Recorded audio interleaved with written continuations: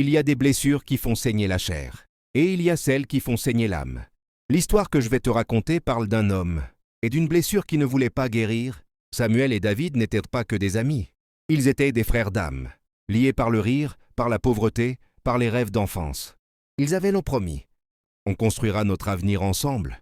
Mais parfois le destin a un humour cruel. Un matin, Samuel ouvre son compte. Et ce n'est pas seulement l'argent qui a disparu. C'est toute sa vie construite pendant 10 ans.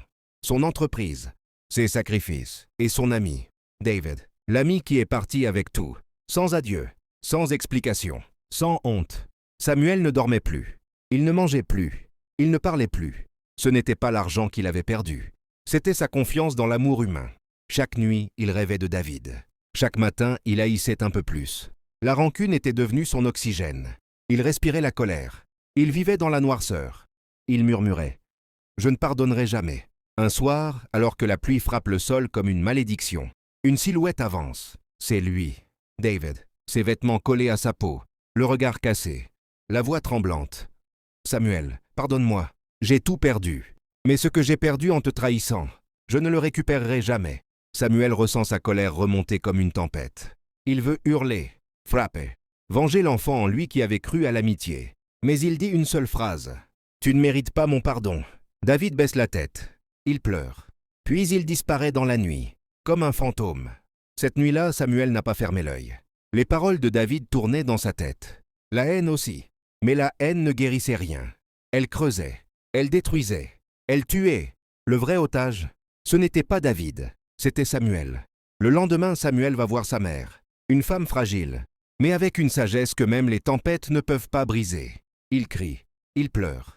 Il explose. « Je ne peux pas pardonner !» Et elle lui répond calmement. « Tu crois que pardonner, c'est excuser ? Non, mon fils. Pardonner, c'est refuser de mourir avec la blessure.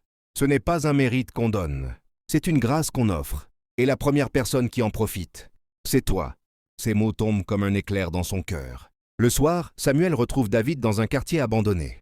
David est assis sur un carton, tremblant comme un homme sans avenir. Samuel s'approche. David relève les yeux. « Tu es revenu pour me détruire ?» Samuel respire profondément et dit « Non, je suis revenu pour me libérer. Je te pardonne. Tu ne le mérites pas. Mais moi, j'ai besoin de vivre. » David s'effondre en larmes. Et pour la première fois depuis des années, le cœur de Samuel se remet à battre normalement. Samuel n'a pas retrouvé son entreprise. Il n'a pas retrouvé son ami. Mais il a retrouvé sa paix. Et il a compris que la haine détruit ce qu'elle touche.